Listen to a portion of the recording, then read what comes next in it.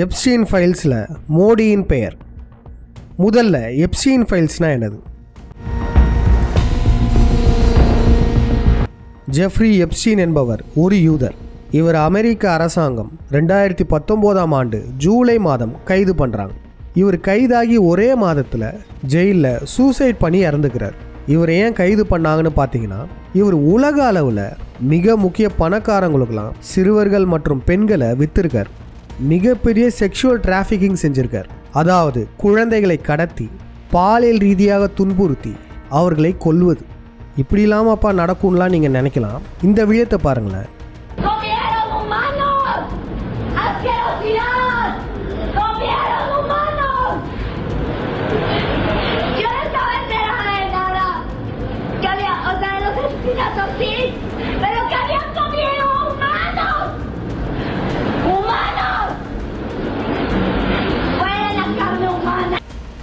இவங்க ஒரு ஆக்ட்ரஸாகவும் மாடலாகவும் இருந்திருக்காங்க. இவங்க ஒரு பார்ட்டிக்கு போனதில் ஒரு அதிர்ச்சியான விடயத்தை பார்த்துருக்காங்க. அந்த பார்ட்டியில் இருக்கிற பெரிய ஆட்கள்லாம் மனித கறியை உண்றாங்க அப்படின்னு வெளியே வந்து சொல்லி கத்தியிருக்காங்க.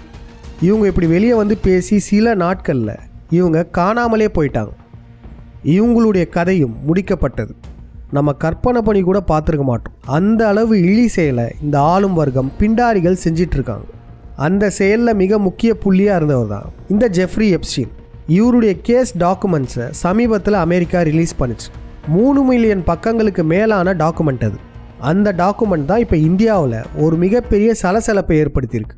அதற்கு காரணம் அதில் மோடியின் பெயர் அடிபட்டிருக்கு. அதே டாக்குமெண்ட்டில் ராகுல் காந்தியின் பெயருமே அடிபட்டிருக்கு தான். ஜெஃப்ரி எப்ஸ்டீன் அவர் ஒரு இமெயிலில் என்ன சொல்லியிருப்பார்னா, ராகுல் காந்தி ஒன்றுத்துக்கு உதவ மாட்டார், அவர்லாம் வேஸ்ட்டு அப்படின்னு இமெயிலில் சொல்லியிருப்பார்.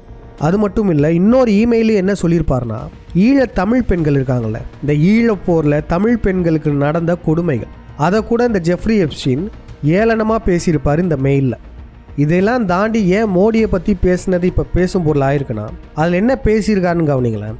Indian Prime Minister Narendra Modi took advice and danced and sang in Israel for the benefit of the US President. It worked.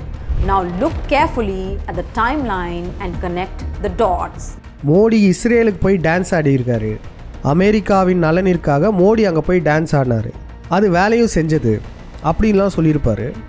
இதில் முக்கியமாக கவனிக்க வேண்டியது என்னதுன்னா, நாங்கள் அட்வைஸ் பண்ணதை வச்சு மோடி போனார், நாங்கள் சொன்னதுனால தான் மோடி அங்கே போனார்னு சொல்லியிருப்பாங்க. அப்போ யோசிச்சு பாருங்கள், ஒரு செக்ஷுவல் டிராஃபிக்கிங் பண்ணிகிட்டு இருக்கவர் அவர் சொல்லியே மோடி போயிருப்பார்.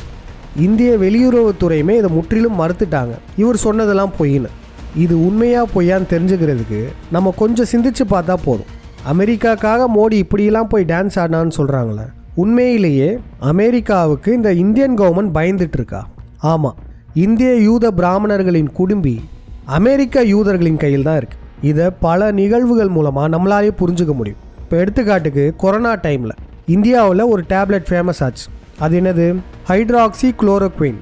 இது கொரோனாவுக்கு நல்லா கேட்குது அப்படின்லாம் பேசப்பட்டது. அதனால் இந்திய அரசாங்கம் என்ன பண்ணாங்கன்னா, இந்த ஹைட்ராக்சி குளோரோக்வினை இந்தியா எந்த நாட்டுக்கும் தரமாட்டோம், வெளியில் யாருக்குமே எக்ஸ்போர்ட் பண்ண மாட்டோம், ஏன்னா இது இந்திய மக்களுக்கே தேவைப்படுது, அதனால் இந்த உலகத்தில் எந்த மக்களுக்குமே நம்ம தரப்போகிறது இல்லை அப்படின்னு இந்திய அரசாங்கம் சொன்னாங்க.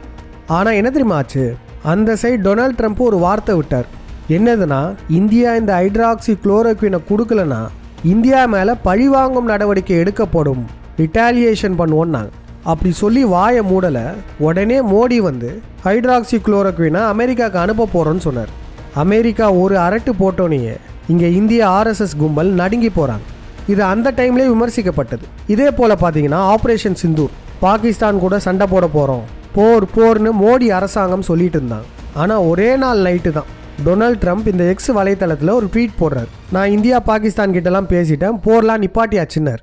இங்கே இந்தியாவே டிக்ளேர் பண்ணலை, அங்கே அவர் டிக்ளேர் பண்ணார். ட்ரம்ப் சொன்ன உடனேயே இங்கே எந்தவித எதிர்பேச்சுமே இல்லாமல் போர் நிறுத்தப்பட்டது. சமீபத்தில் இப்போ கூட பாருங்களேன், ரஷ்யா கிட்ட இருந்தெல்லாம் என்ன வாங்கக்கூடாதுன்னு ட்ரம்ப் மிரட்டுறாரு. அமெரிக்கா கிட்ட தான் $500 பில்லியன் அக்ரிகல்ச்சரல் ப்ராடக்ட்ஸ் வாங்கணும்னு கட்டாயப்படுத்துறாரு.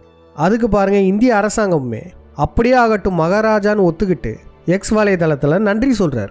அப்போ இதுலேருந்து நமக்கு என்ன தெரிய வருது? இந்திய யூத பிராமணர்களின் குடும்பி அமெரிக்கா யூதர்களின் கையில் இருக்குது. அப்படி பார்க்கும்போது இந்த எப்ஸ்டீன் சொல்கிறதுமே உண்மையாக இருக்கிறதுக்கு அதிகப்படியான வாய்ப்புகள் இருக்குது. இந்த எப்ஸ்டீன் கேஸை எப்படி மூடி மறைச்சிருக்காங்கன்னு பாருங்களேன். இந்த உலகமே அதிரும் வகையில் செக்ஷுவல் டிராஃபிக்கிங் பண்ணியிருக்கான் இந்த எப்ஸ்டீன். இவனை கைதும் பண்ணிட்டாங்க. ஆனால் கைது பண்ணி ஒரே மாதத்தில் இவர் ஜெயிலே சூசைட் பண்ணிக்கிட்டான்னு ஒரு வீடியோ வெளியிட்டாங்க. இந்த வீடியோவில் உண்மைத்தன்மை இல்லைன்னு பலருமே பேசியிருக்காங்க. அப்போ உண்மையிலேயே இந்த எப்ஸ்டீன் கைதாகி ஒரே மாதத்தில் சூசைட் பண்ணிக்கிட்டாரா, இல்லை இதுவும் ஒரு ட்ராமா தானே? இது நம்ம தெரிஞ்சுக்கணுன்னா இவருடைய புதகுழியை தோண்டி எடுத்தால் தான் நமக்கு தெரியும். இந்த பிண்டாரிகள் கேஸை எப்படிலாம் முடிக்கிறாங்கன்னு பாருங்களேன். இந்த கர்நாடகா தர்மஸ்தாலா கேஸுமே இதே போல தாங்க. பல அப்பாவி பெண்கள், பல சிறுமிகளை கொன்னதாக குற்றச்சாட்டு வந்தது. அந்த தர்மஸ்தாலாவில் உள்ள வேலைக்காரனே இந்த குற்றச்சாட்டை வச்சார். அதற்கு ஆதாரமாக அவரால் காட்டப்பட்ட இடத்துல பிணங்களுமே இருந்தது. ஆனால் இப்போ அந்த கேஸ் என்ன ஆச்சு? அந்த குற்றச்சாட்டு வச்சவரையே கைது பண்ணிட்டாங்க. அது மட்டும் இல்லை, ஒரு அம்மா என்னுடைய பெண்ணையுமே கொன்னுட்டாங்கன்னு சொன்னாங்க. இப்போ அந்த அம்மா எனக்கு பொண்ணே இல்லை, எனக்கு பொண்ணே பிறக்கலைன்னு சொல்லிட்டாங்க. இப்போ அந்த கேஸ் முற்றிலுமாக மூடப்பட்டது. இப்படி தாங்க இந்த ஆளும் வர்க்கம் அவர்கள் செய்யும் தவறை மக்களிடமிருந்து மறைக்கிறாங்க. தமிழர்கள் நாம் அனைவரும் இதில் கற்றுக்கொள்வது என்னதுன்னா, நம்ம பிள்ளைங்களை பத்திரமா பார்த்துக்கணும். இது போன்ற உலக அரசியலையுமே நம்ம அனைவரும் பேசி பகிர்ந்துக்கணும். இந்த எப்ஸ்டீன் ஃபைல்ஸை பற்றினா மேலும் பல முக்கியமான தகவல்களை அடுத்த விழத்தில் பார்ப்போம்.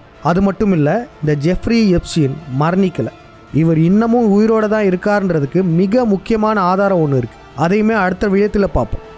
இந்த விழத்தை அனைவருக்கும் பகிருங்கள். விழிப்புணர்வே வல்லாதிக்கத்தை அழிக்கும் ஆயுதம். மீண்டும் அடுத்த விழத்தில் சந்திப்போம். நன்றி, வணக்கம்.